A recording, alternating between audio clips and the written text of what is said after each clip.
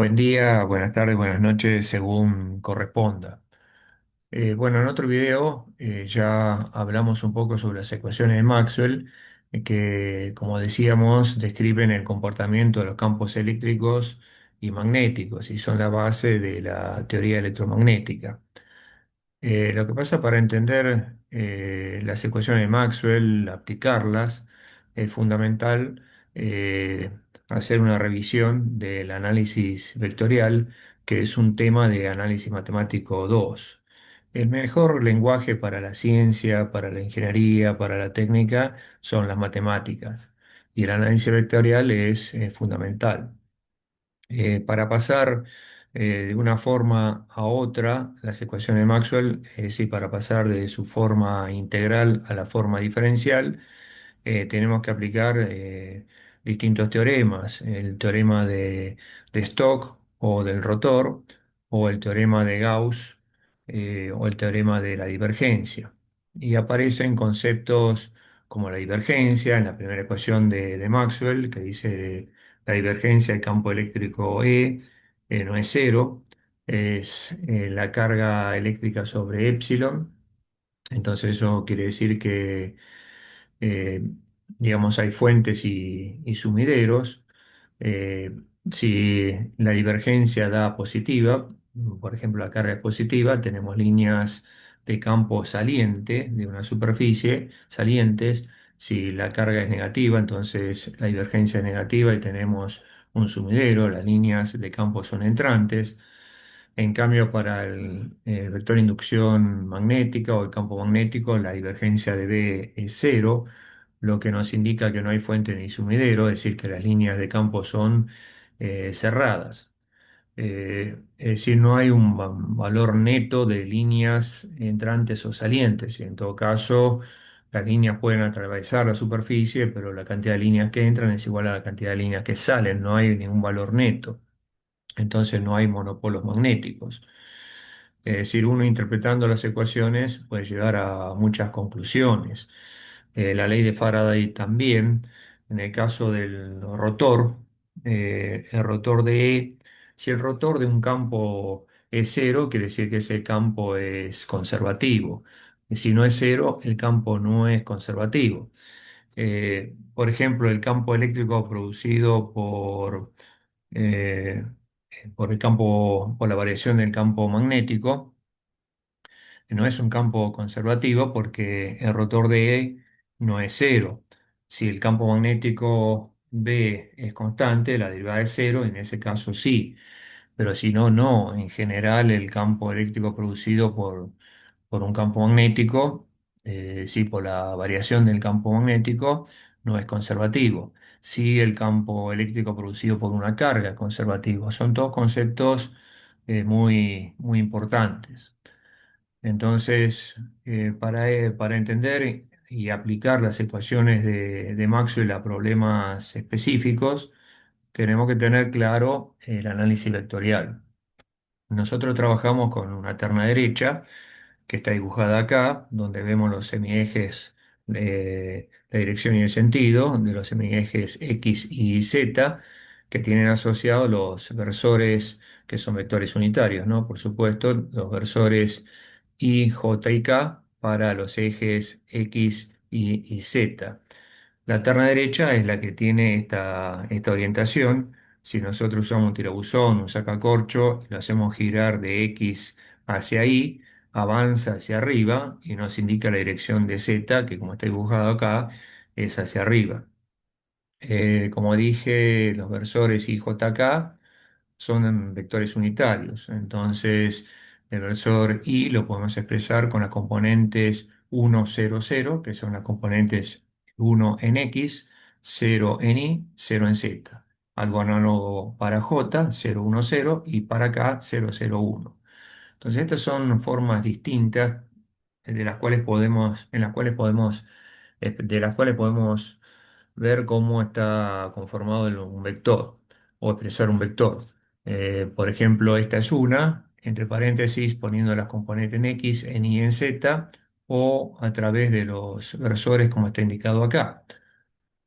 la componente en X multiplicado por el versor Y, más la componente en Y por el versor J, más la componente en Z por el versor K. Y también el módulo o, del vector, que sería Pitágoras en el espacio, resolviendo esta raíz cuadrada. Ahora los vectores se pueden multiplicar, pero puede ser un producto escalar o puede ser un producto vectorial. Estamos hablando, ¿no?, de multiplicar. Por favor, nunca se puede dividir los vectores. Sí los módulos de un vector, pero no los vectores. Cuando uno despeja, tiene que tener esa precaución. Todo esto lo voy a mostrar después en otros videos, donde hay que tener cuidado para no cometer en apuros, cuando uno apura y despeja, algún error. Entonces, el producto puede ser un producto escalar o un producto vectorial. El producto escalar entre dos vectores se simboliza por un punto y es el producto de las componentes en X, de ambos vectores, más el producto de las componentes en Y, más el producto de las componentes en Z. También es el módulo del vector A por el módulo del vector B por el coseno del ángulo que forman los dos vectores. Si uno observa A por el coseno de alfa, nos da la proyección de A sobre el vector B. Si nosotros, en lugar de usar un vector B, usamos el versor Y, hacemos el vector A multiplicado por el versor Y, nos da la proyección del vector A sobre el eje X. Esas son cosas muy prácticas a veces para proyectar o para resolver problemas. El, el producto vectorial tenemos que resolver un determinante. Se simboliza con el producto vectorial por este sombrerito o directamente por el signo X o el por tradicional. Tenemos que resolver este determinante donde en la primera fila tenemos los versores I, J, K, en la segunda fila tenemos las componentes en X, en Y y en Z del primer vector. Y en la tercera fila tenemos las componentes en X, en Y, en Z del segundo vector. Resolvemos este determinante y el resultado de este determinante es un nuevo vector, cuyo módulo representa el área del paralelogramo que queda formado entre los dos vectores. Y es un vector normal al plano determinado por esos dos vectores, como está indicado acá. El módulo también se puede obtener del producto vectorial, como haciendo el módulo vector A por el módulo vector B por el seno del ángulo que forman esos dos vectores. Entonces, podemos decir que el producto vectorial tiene dos propiedades. Bueno, uno vemos que el resultado es un vector, esa es una de las propiedades, y la otra que no es conmutativo, es decir, no es lo mismo hacer A, producto vectorial por B, que B, producto vectorial por A. No podemos conmutar, no da el mismo resultado. Lo mismo pasa con los versores, si entre los versores hacemos el producto vectorial. Y vectorial J es K, J vectorial K es I, K vectorial I es J.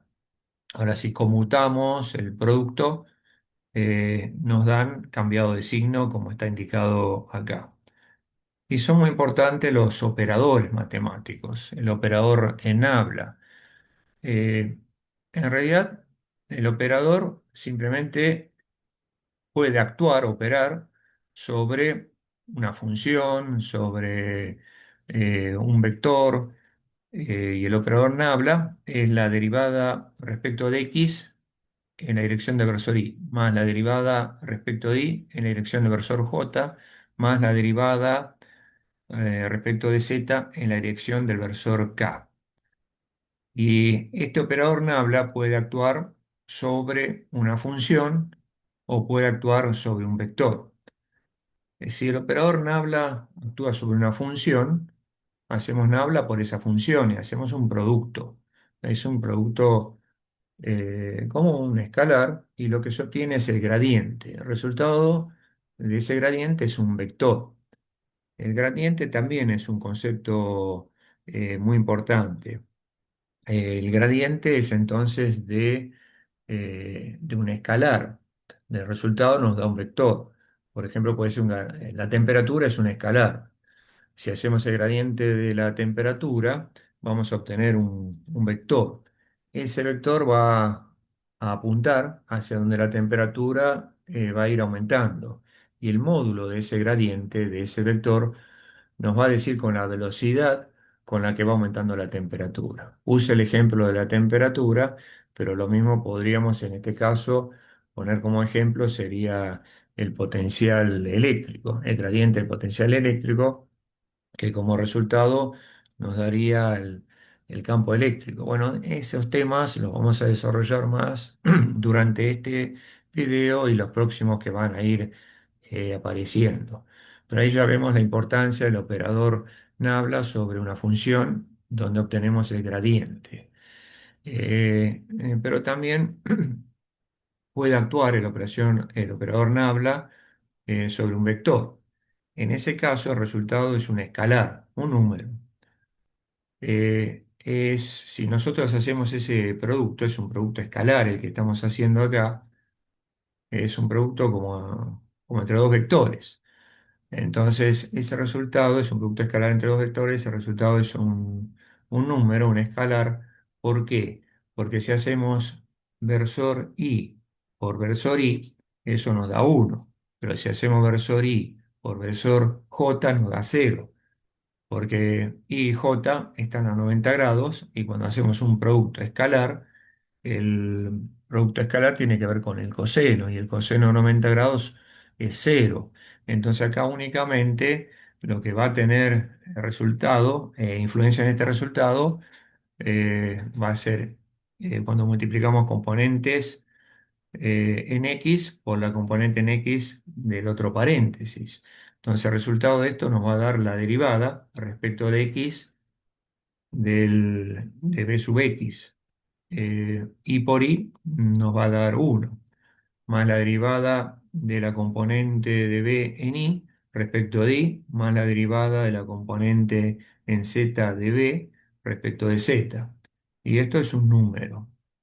Eh, y este número es importante porque nos puede indicar, nos puede dar cero, nos puede dar positivo, nos puede dar negativo. Entonces eso nos indica si es cero que no hay fuentes ni sumideros, si es positivo que son líneas salientes las de campo, si da negativo tenemos un sumidero y son entrantes, si son positivas son salientes, pues tenemos una fuente, como ya dijimos. Pero este operador también nosotros podemos multiplicarlo por el vector haciendo un producto vectorial. Entonces tenemos que resolver este determinante. Y cuando resolvemos este determinante, lo que obtenemos es el rotor. Cuando aplicamos el operador en habla a un vector y haciendo el producto vectorial. Entonces, acá lo que obtenemos es un vector que en el caso de que el rotor nos dé cero, quiere decir que ese campo es un campo conservativo. Si no da cero, no es conservativo. En el caso de dar cero, podemos hablar de una función potencial escalar a la que le podemos aplicar el gradiente y ahí podemos obtener el campo. Entonces, jugando con este operador, podemos resolver una serie de problemas. Las coordenadas que a nosotros más nos gustan usar son las coordenadas cartesianas, X y Z, pero a veces debido a la simetría del problema que eso nos plantea, nos conviene usar coordenadas cilíndricas o coordenadas esféricas. Las coordenadas cilíndricas, un punto en el espacio, lo ubicamos a través de este segmento que es el radio, a través de este ángulo phi, que es el ángulo de forma en radio con el semieje positivo de las X, y también con z, que es el z de las coordenadas cartesianas. Podemos relacionarlas. X tiene que ver con el cateto adyacente de este triángulo rectángulo que se forma acá. La hipotenusa sería el radio. Entonces X será el radio multiplicado por el coseno del ángulo. En cambio, Y tiene que ver con el cateto opuesto, sería este segmento que también proyectado es acá, entonces sería R por el seno de phi, Y z es directamente z porque coincide las coordenadas cilíndricas con la z de las coordenadas cartesianas. Bueno, acá tenemos la relación. Ahora es importante en las coordenadas eh, obtener el diferencial de superficie, el diferencial de volumen. Estos versores, R, Φ y K, son versores que dependen del punto, es decir, no tienen una dirección fija como en el caso de las coordenadas cartesianas. El diferencial de superficie tiene que ver con este rectángulo que se arma acá, digamos, sobre esa superficie cilíndrica. Este lado es un arco que va a ser el radio multiplicado por el diferencial phi, ese es este lado. Y la altura de este rectángulo es el diferencial z. Entonces, la superficie, el diferencial de superficie va a ser r por diferencial phi por diferencial z. Si esto es el diferencial de superficie. Si lo multiplicamos todavía por el diferencial R, obtenemos el diferencial de volumen. Esto es muy útil para resolver integrales de volumen, de obtener flujos y la misma de superficie, lo mismo. Para aplicar los teoremas de Stokes y el teorema de Gauss. Otro sistema de coordenadas muy importante son las coordenadas esféricas, según sea la simetría. Un punto en el espacio lo tenemos entonces definido a través de este radio, que puede variar entre cero y un valor, entre cero y A, por ejemplo, eh, y queda definido entonces por este radio, por este tita, este ángulo tita, que forma este radio con el semieje Z, y también por este ángulo, este otro ángulo, perdón, este ángulo tita y este ángulo phi, que es el que forma con respecto al semieje positivo de las X. Eh, si nosotros queremos relacionar las coordenadas, X, ¿cómo la podemos obtener? La proyección de todo esto sobre el eje X. Cuando tenemos el radio, que primero lo vamos a proyectar sobre el plano XY, entonces acá tenemos un triángulo rectángulo, entonces esa proyección nos va a dar R por el seno de tita.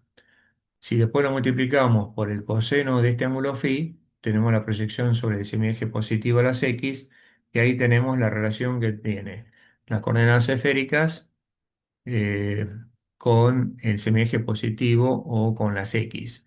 Con respecto a la Y hacemos algo similar, proyectamos nuevamente R sobre el plano XY, entonces me queda R por el seno de tita, sería la hipotenusa, que si después lo multiplico por el seno de phi, obtengo el cateto opuesto, que es equivalente a I.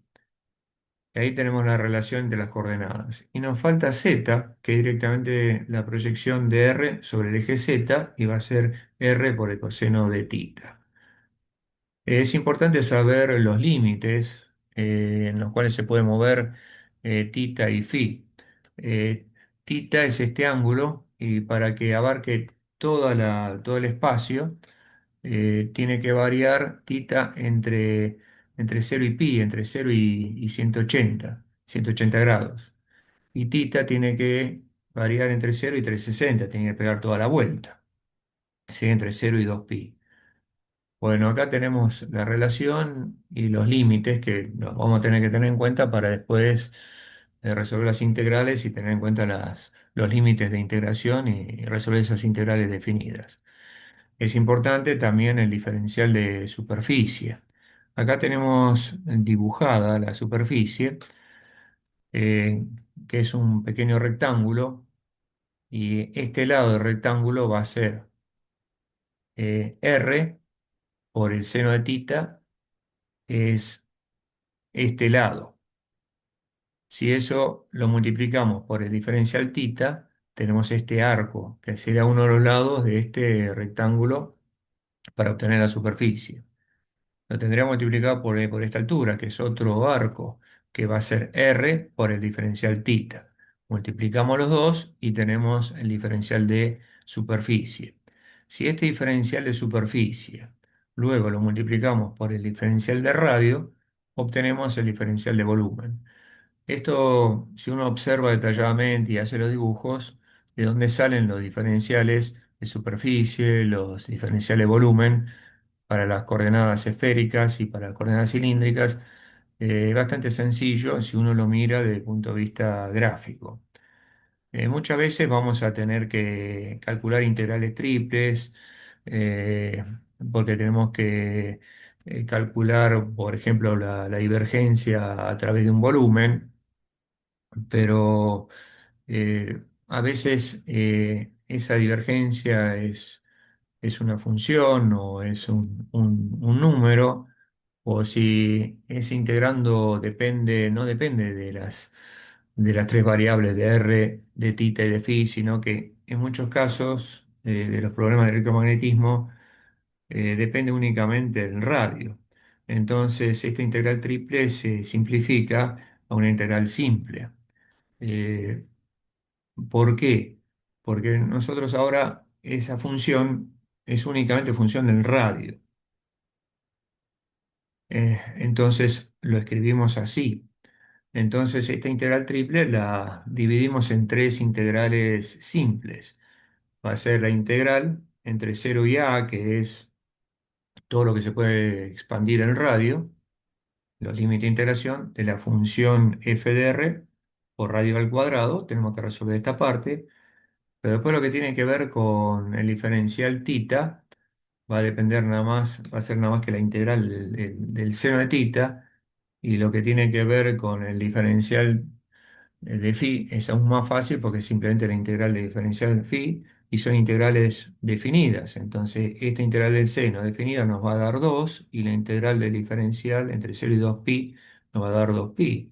Entonces, esto nos da 4pi, una constante que lo podemos sacar fuera de integral y el resultado nos da 4pi, una integral simple de la función por el radio al cuadrado. Claro, porque en realidad, ¿qué es lo que pasó acá? El diferencial de volumen, acá lo aclaro, yo lo que aconsejo a veces es detener el video y ver la parte que está anotada. En realidad, el diferencial de volumen en este caso se transformó directamente en 4pi radio al cuadrado diferencial r. Y tenemos que resolver esta integral triple como se resuelve como una simple integral. Y después tenemos que ver el teorema de Stokes. El teorema de Stokes es porque muchas veces tenemos que resolver la circulación de un campo vectorial a lo largo de un camino C. Y en lugar de tener que resolver esa integral de línea, esa circulación, esa integral de línea la podemos transformar en una integral de superficie, y en lugar de hacer la circulación del vector f, hacemos el flujo del rotor del vector f. Este es el teorema de Stokes o el teorema del rotor. Y muchas veces nos resulta mucho más fácil resolver este segundo miembro.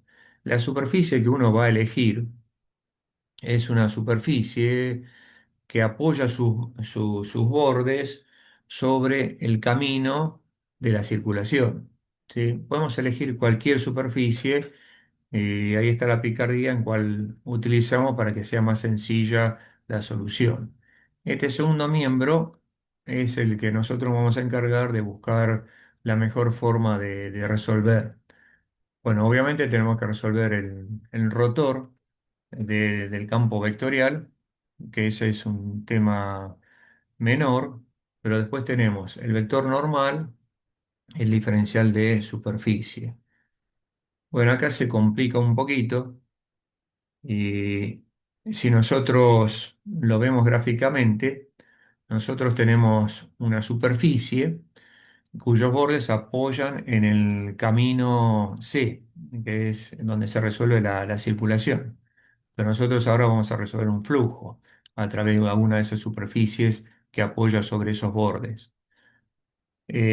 Acá tenemos dibujada una superficie rayada y su normal. Entonces tenemos que obtener la normal y ese diferencial de superficie. Pero ese diferencial de superficie lo vamos a proyectar sobre un plano. Generalmente lo proyectamos sobre el plano XY, pero a veces depende de la simetría, lo proyectamos sobre algún otro plano, el XY, el XZ, pero generalmente es sobre el XY. Entonces, si es sobre el XY, este diferencial de superficie proyectado nos va a dar el diferencial de área, que va a ser diferencial X por diferencial Y.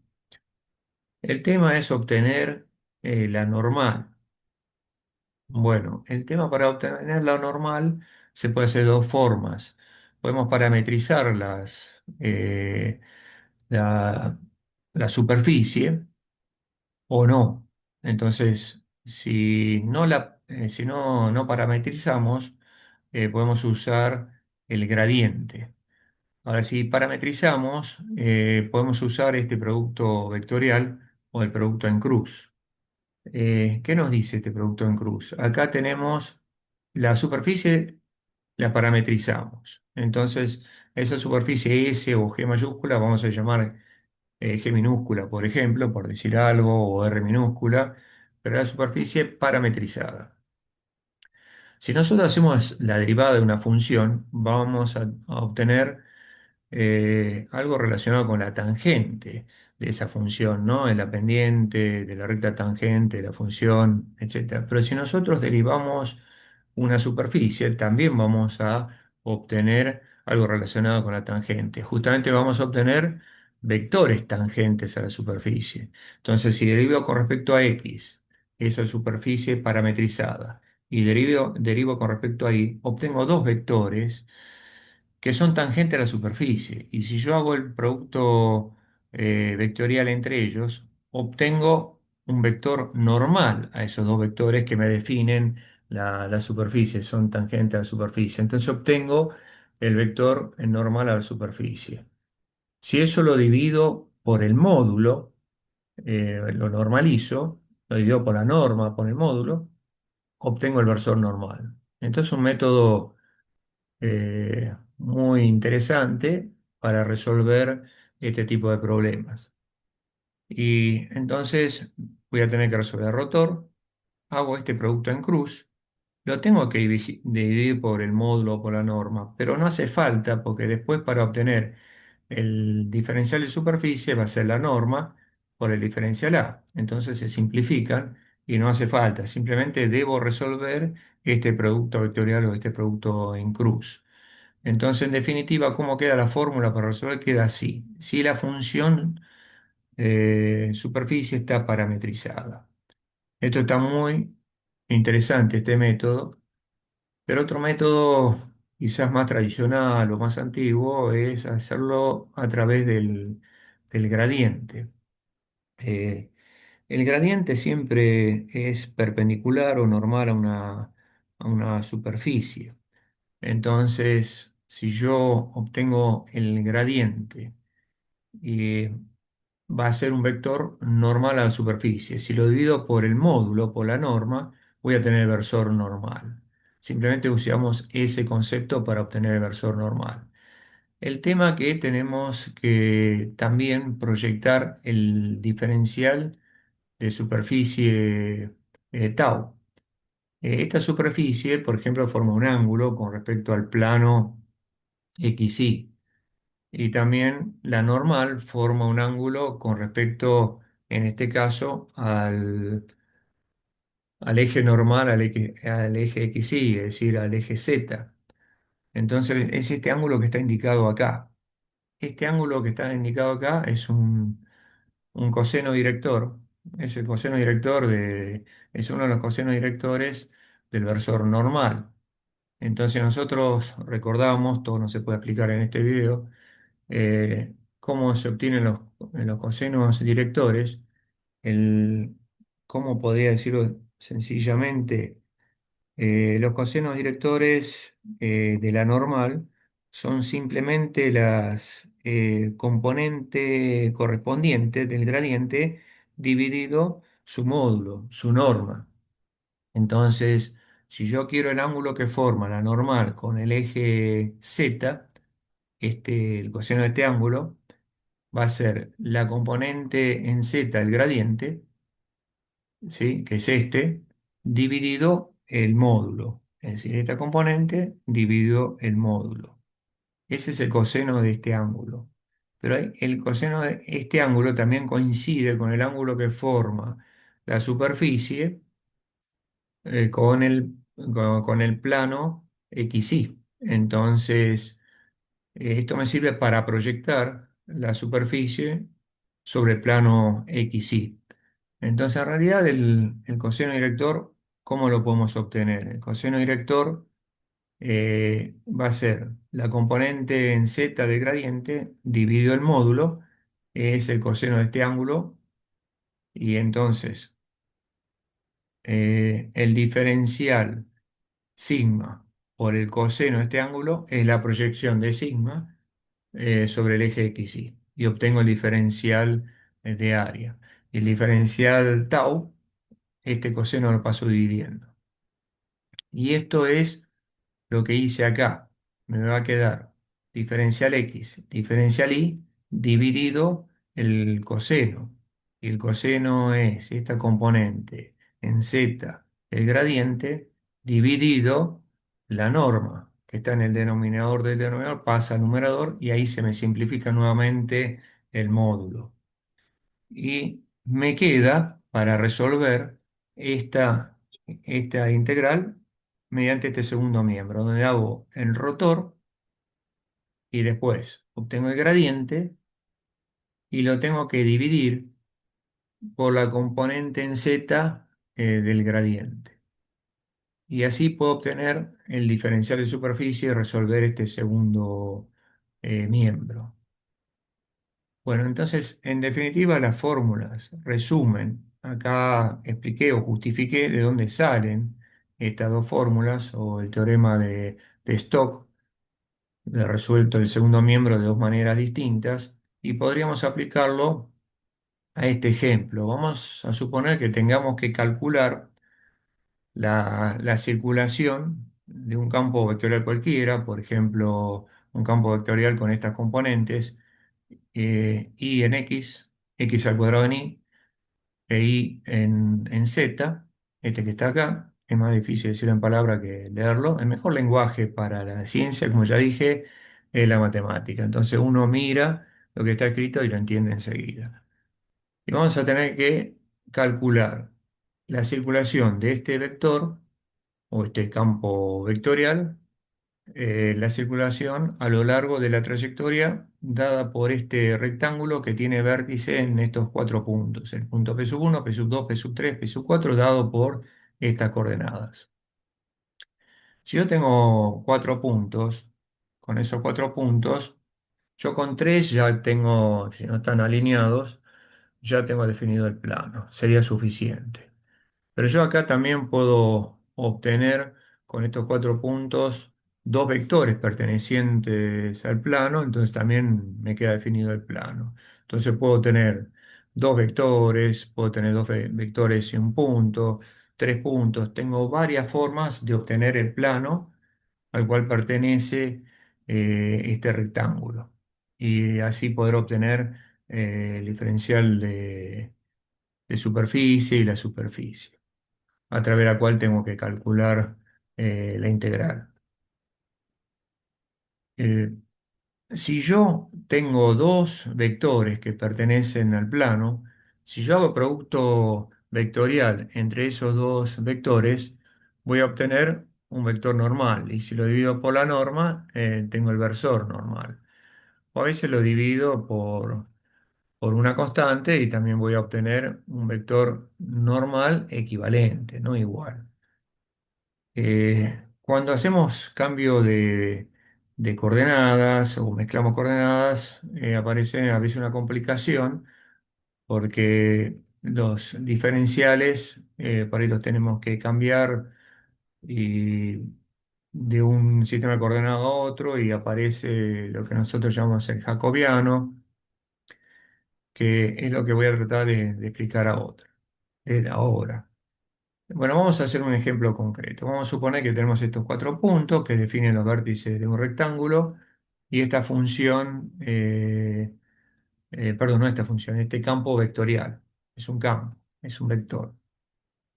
Bueno, obtenemos el rotor resolviendo este determinante. Si resolvemos este determinante no tiene mayores problemas. Nos da obviamente, el rotor nos da un vector. El vector que nos da es con componentes en x1, componente en y0 y componente en z me da 2x menos 1. Bueno, esto ya es el rotor. Yo si tengo estos cuatro puntos, obviamente esos cuatro puntos pertenecen a un plano, puedo obtener dos vectores y bueno, dos vectores, puedo hacer la resta entre dos puntos de a pares y obtengo estos dos vectores. Si yo tengo dos vectores y un punto, una forma de obtener el plano es resolviendo este determinante. Es x menos x1, y menos y1, z menos z1. Esta es la primera fila de este determinante, donde x1, y1 y z1 son las componentes, no las componentes, son las coordenadas, perdón, de un punto que pertenece al plano. La segunda fila son las componentes en x, en y y en z del primer vector que definí, que pertenece a ese plano. Y la tercera fila es el segundo vector que también pertenece obviamente a ese plano. Resuelvo este determinante, que también es muy sencillo, igualado a cero. Lo puedo expresar de esta manera y ahí tengo la ecuación cartesiana del plano. Y también puedo despejar z, entonces obtengo z en función de x. Y ahí, en este caso, no aparece x, entonces z no es función de x, es únicamente función de y. Pero esto ya me sirve para parametrizar eh, la superficie. Entonces, mi superficie va a quedar definida por la componente en x, la componente en y es y. Y la componente en z es la función de z en función de x y. Es decir, queda expresado así. ¿Cómo quedaría esta? Y bueno, sencillo. X, y z que es igual a 4 menos y. Bueno, ahí ya tengo la función parametrizada. Ahora hago la derivada respecto a x y hago la derivada respecto de y, de esta función. Y me da esto, 1, 0, 0, las componentes, 0, 1, menos 1. Y ahora tengo que hacer el producto en cruz o el producto vectorial. Cuando hago ese producto en cruz o ese producto vectorial, ¿qué obtengo? Obtengo el, el versor normal. Eh, y ese lo multiplico por el diferencial x, diferencial y tengo el diferencial de superficie. Que esto es lo más complicado. Eso después lo multiplico por el rotor de f y resuelvo la integral. Y acá sí ya no hay más problemas para resolver. Es muy sencillo. Y nos da 24. La respuesta es 24 me da la circulación en este caso. Esta es una forma de resolverlo. Se puede hacer más tipo receta de cocina, ¿sí? Porque si nos fijamos, existe otra manera. Nosotros estamos aplicando el teorema de Stokes. Tenemos que hacer el rotor de F por el diferencial de superficie. El rotor de F no hay problema. El diferencial de superficie a veces se nos complica. Pero fíjense cómo lo podemos obtener directamente. A mí no me gusta tanto, pero nosotros parametrizamos lo que yo llamo directamente. Es decir, la paramétrica me dio x, y una función de x, y. En nuestro caso nos dio x, y la f de x, y nos dio 4 menos y, si no me equivoco. 4 menos y. Bueno, perfecto. Si ya tenemos esto, ¿qué podemos hacer? Es decir, podemos hacer la derivada, ¿sí? de f respecto a x y la derivada de f respecto de y. y cambiarle el signo. Y la ponemos acá adentro. La derivada de f o de g, como la quieran llamar, ¿sí? Cambiada de signo. Y la derivada eh, de f respecto de i, cambiada de signo, y este uno. Y directamente nos da. A ver si lo hacemos acá, si es verdad, directamente sin hacer todo esto, porque esto era conceptual. Si hacemos la derivada de f, o en este caso como le llamamos z o g, respecto de x, ¿cuánto nos da? Cero. Bueno, nos da cero. La derivada respecto de y, menos uno. Cambiado de signo, uno. Entonces las componentes vienen cero, uno, y la última que es uno. Cero, uno, uno. Es lo que obtuvimos acá. Cero, uno, uno. Y es más directo. Bueno, acá pueden detener el video y tomarse el tiempo para asimilar esto. No es la única manera, esta es la forma de parametrizar que es bastante interesante, pero existen otras formas de parametrizar el plano mediante esta ecuación, donde A es un punto del plano, B es otro punto y C otro punto más. Tenemos tres puntos que definen el plano. Bueno, yo el primer punto que tomé era el punto 004. Después hay que hacer eh, la diferencia entre dos puntos para obtener un vector, la diferencia entre otros puntos para obtener otro vector, y hice, por ejemplo, el punto B menos el A, el C menos el A. Si hacen esto, nos da estos dos resultados: 4, 0, 0, 0 menos 2, 2. Esto, si se fijan un poquito antes, en algún lugar aparece. Un punto es 0, 0, 4. A ver si acá lo podemos ver. Son datos del problema. Un punto es 0, 0, 4. Y después podemos, y acá hicimos la resta, o obtuvimos dos vectores, el otro es 4, 0, 0, 0 menos 2, 0. Son los valores que están acá. Pueden detenerlo, verificarlo y van a ver que es así. ¿Correcto? Bueno, resolvemos esto y ahí nos da la ecuación del plano parametrizada. Lo que pasa acá, ya obtuvimos una función, no de x, y, obtuvimos una función eh, de y b, en función de u y b. ¿Qué nos dio esto? La componente en x 4u, la componente en y menos 2b y la componente en z 4 más 2b. Bueno, tenemos que hacer la derivada respecto de u, la derivada respecto eh, de b y hacer el producto en cruz. Así obtenemos el versor normal. Si hacemos esto, ups, nos da 0 versor i, menos 8 versor j, menos 8 versor k. Es decir, nos da 0, menos 8, menos 8. Esas son las componentes, lo que está indicado acá. Una vez es rápidamente, pues decir, listo, divido por una constante, por ejemplo, por menos 8. ¿Por qué por menos 8? Porque la componente en z me dio negativa y el vector normal apunta en la dirección de z, debería ser positiva. Entonces me conviene multiplicar todo por menos uno, así el versor normal queda orientado para arriba y no para abajo. ¿Y por qué? Porque si divido todo por una constante, me quedan unitarias las componentes. Es como más piola. Pero esto no es correcto. Yo acá estoy usando como diferenciales, le dije, y como variables u y b, entonces tengo diferencial u y diferencial b.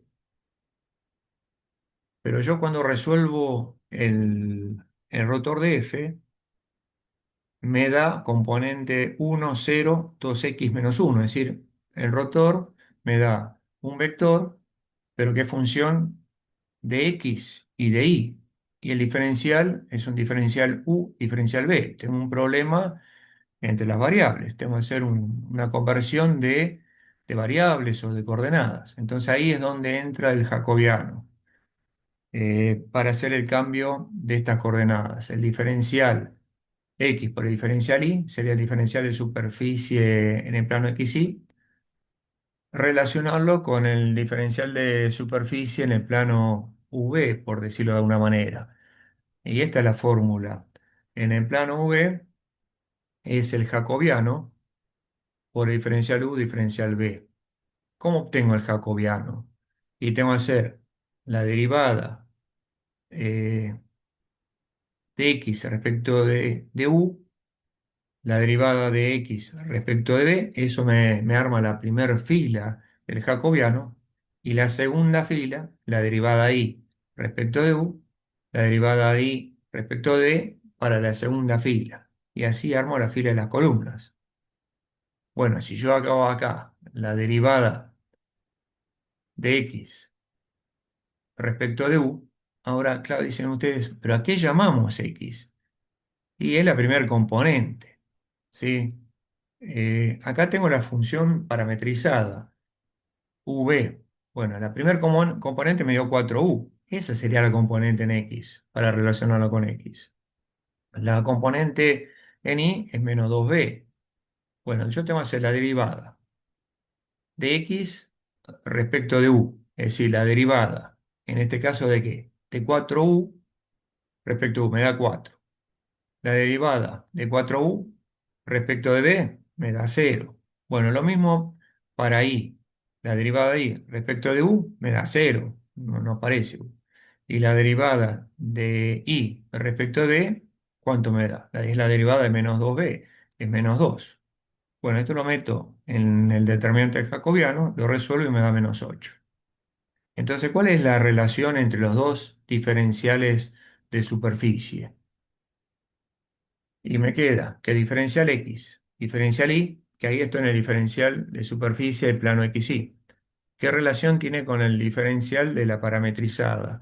Diferencial u, diferencial b. Bueno, esa me había dado 0 de menos 8 diferencial u, diferencial b. Claro, es el jacobiano multiplicado por diferencial u, diferencial b. El jacobiano me dio 8, entonces diferencial x por diferencial y es igual al jacobiano que me dio 8, diferencial u, diferencial b. Entonces, si yo trabajo con los diferenciales x, que es lo que necesito hacer ahora, este jacobiano lo tengo que pasar dividiendo de alguna manera. Así hago la transformación de los diferenciales de superficie. Si acá lo divido por este menos 8, aparece el versor normal 0, 1, 1, pues lo estoy dividiendo por menos 8. Y ahí sí ya estoy perfecto. El rotor ya lo hicimos, simplemente uso la fórmula donde el rotor, el diferencial de superficie, que ahora ya hice intervenir el jacobiano, resuelvo el integral y también me da 24. Es otra manera. Claro, es más piola el otro método, parece, ¿no? Parametrizando de la otra forma, parametrizando lo que yo llamo parametrizar directamente. Pero tenemos otra forma más para que no le gusta. Un poco largo el video, pero tenemos distintas formas y ustedes después se quedan con el que mejor dominan. Esto es ahora usando el gradiente. Bueno, el rotor lo obtenemos como siempre, pero tenemos que obtener el plano. El plano lo podemos obtener de distintas maneras, ya lo obtuvimos, así que sabemos que el plano es y más z menos 4 igual 0, o z es igual a 4 menos y. Eh, bueno, la ecuación del plano podemos expresarla como 0x más y más z igual a 4, o 0x más y más z menos 4 igual a 0, lo que ustedes quieran. Esta es la superficie. Bueno, aplicamos el gradiente, es decir, el operador nabla a esta función y ahí obtenemos el gradiente. Si hacemos esto, hacemos la derivada respecto de x de 0 es 0, la derivada respecto de y es 1, la derivada respecto de z es 1, entonces nos da 0, 1, 1. Listo, ya tenemos el gradiente. Este gradiente lo tenemos que dividir por la componente en z, ¿se acuerdan? Por eso tiene que ver con el coseno que forma la normal con el eje z, los cosenos directores, etcétera. Bueno, tenemos que dividir por la componente en z. En este caso, el componente en z del gradiente es 1, así que lo tenemos que dividir por 1. Entonces ya está, listo. Y nos quedó igual que antes. Resolvemos la integral y también nos da 24. Bueno, existe otra forma más todavía para obtener la ecuación del plano, si ustedes quieren, porque esto, lo interesante que tiene el análisis matemático 2 es que hay que tener en cuenta concepto de análisis matemático 1, análisis matemático 2, álgebra, álgebra vectorial, y bueno, el plano también lo podemos obtener si conocemos la normal y un punto.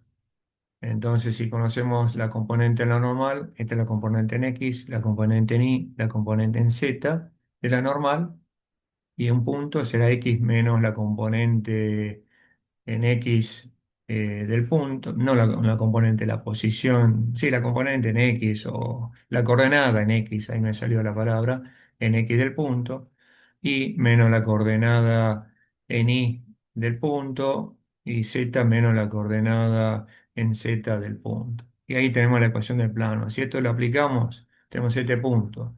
¿Y la normal? Bueno, si tenemos la normal que nos había dado 0, 1, 1. Bueno, 0, 1, 1, ahí tiene la componente normal. Y es x menos 0, y menos 0, z menos 4, que son las componentes del punto. Y también obtenemos la ecuación del plano.